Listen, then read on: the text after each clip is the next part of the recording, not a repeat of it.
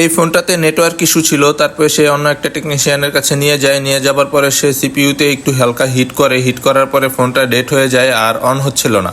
এরপরে কাস্টমারটি আমার কাছে নিয়ে এসে বলে, ভাইয়া আমি আপনার আগে অনেক ভিডিও দেখেছি, তো আপনি একটু আমার এই কাজটা আশা করি করে দিতে পারবেন। আমার ফোনটা অফ হয়ে গেছে, এখন আর অনই হচ্ছে না, আগে নেটওয়ার্ক ইস্যু ছিল। পরে আমি বললাম আচ্ছা ঠিক আছে ভাইয়া, আমি দেখছি, আপনি বসেন।